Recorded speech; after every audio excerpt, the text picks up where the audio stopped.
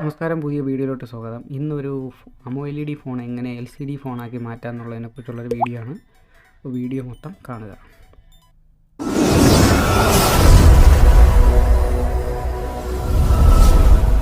ഇതാണ് നമ്മുടെ പാക്കേജ്. ഇത് ഞാൻ എവിടെ നിന്ന് ഓർഡർ ചെയ്തു, ഇതിനെക്കുറിച്ചുള്ള കംപ്ലീറ്റ് വീഡിയോ റിവ്യൂ ഞാൻ എൻ്റെ ഡിസ്ക്രിപ്ഷൻ ബോക്സിൽ ഇട്ടിട്ടുണ്ട്. അപ്പോൾ അത് എന്തായാലും വ്യക്തമായിട്ട് കണ്ടതിന് ശേഷം മാത്രമേ ഒരു ഫോണിൻ്റെ ഡിസ്പ്ലേ ഓർഡർ ചെയ്യാവൂ. മോട്ടോറോള എഡ്ജ് 20 ഫ്യൂഷൻ എന്ന് പറയുന്ന ഒരു ഫോണാണ്. ഇതിൽ വരുന്നത് AMOLED ഡിസ്പ്ലേ ആണ്, HDR ഡിസ്പ്ലേ.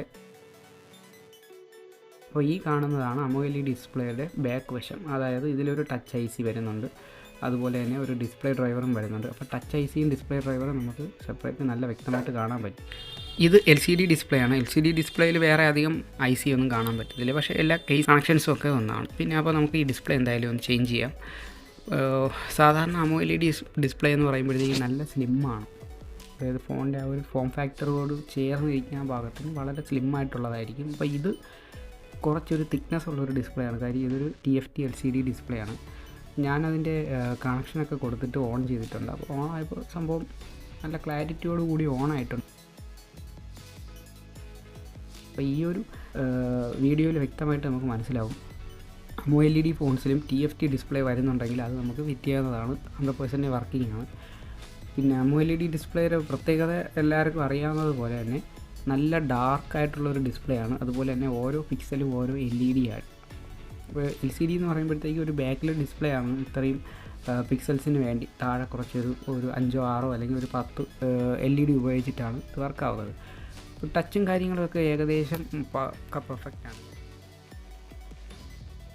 മെയിൻ ഫാക്ടറായിട്ട് വരുന്നത് ഇതിൻ്റെ ഡിസ്പ്ലേ ടെക്നോളജിയിലാണ് വ്യത്യാസം വരുന്നത്. അപ്പോൾ ഈ ഒരു വീഡിയോ കാണുമ്പോൾ തന്നെ എല്ലാവർക്കും മനസ്സിലാവും, എന്തായാലും AMOLED ഫോൺസിന് വേറെ ഏതെങ്കിലും ഒരു ബ്രാൻഡ് LCD ഇറക്കുന്നുണ്ടെങ്കിൽ അതെന്തായാലും 100% വർക്കിംഗ് ആണെന്നുള്ളത് ഈ വീഡിയോ കൂടി നമുക്ക് മനസ്സിലാവും. AMOLEDയും ഇതും തമ്മിലുള്ളൊരു വ്യത്യാസം എന്ന് പറഞ്ഞു കഴിഞ്ഞാൽ, ഞാൻ നേരത്തെ പറഞ്ഞ പോലെ ഓരോ പിക്സലും ഓരോ LED ആണ് AMOLEDയിൽ, പക്ഷേ LCDയിൽ അത് വ്യത്യാസമുണ്ട്. പിന്നെ ബാറ്ററി കൺസപ്ഷനിലോട്ട് വരികയാണെങ്കിൽ ഈ ബാക്കിലെ ഡിസ്പ്ലേസ് കുറച്ചും കൂടി ബാറ്ററി സേവ് ചെയ്യാൻ സാധിക്കും ചില നേരം. പക്ഷേ അതിൽ മാത്രമാണ് ബാറ്ററി സേവ് ചെയ്യുന്നത്, അല്ലെങ്കിൽ AMOLED മാത്രമാണ് ബാറ്ററി സേവ് ചെയ്യുന്നത്, LCD മാത്രമാണ് ബാറ്ററി സേവ് ആവുന്നതെന്ന് നമുക്ക് സ്പെസിഫിക് ആയിട്ട് പറയാൻ പറ്റത്തില്ല. കാരണം നമ്മുടെ യൂസേജ് പോലെ ഇരിക്കും.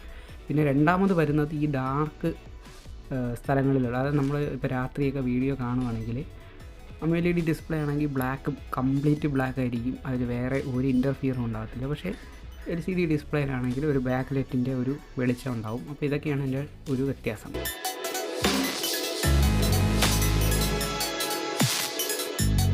അപ്പോൾ വീഡിയോ ഇഷ്ടമായെങ്കിൽ എന്തായാലും ലൈക്ക് ചെയ്യുക മാത്രം പോരാ, ഇതുപോലത്തെ കണ്ടൻറ്റ്സ് കാണണമെന്ന് ആഗ്രഹമുണ്ടെങ്കിൽ എന്തായാലും ഒന്ന് സബ്സ്ക്രൈബ് ചെയ്യുക. സബ്സ്ക്രൈബ് ചെയ്തിട്ട് നോട്ടിഫിക്കേഷൻ ബെല്ലും കൂടി ഒന്ന് പ്രസ് ചെയ്തിരുന്നു കഴിഞ്ഞാൽ ഞാൻ ഇനി ഇതുപോലെ അപ്ലോഡ് ചെയ്യുന്ന എല്ലാ വീഡിയോസും നിങ്ങൾക്ക് കാണാൻ പറ്റും. അപ്പോൾ താങ്ക് യു, ബൈ.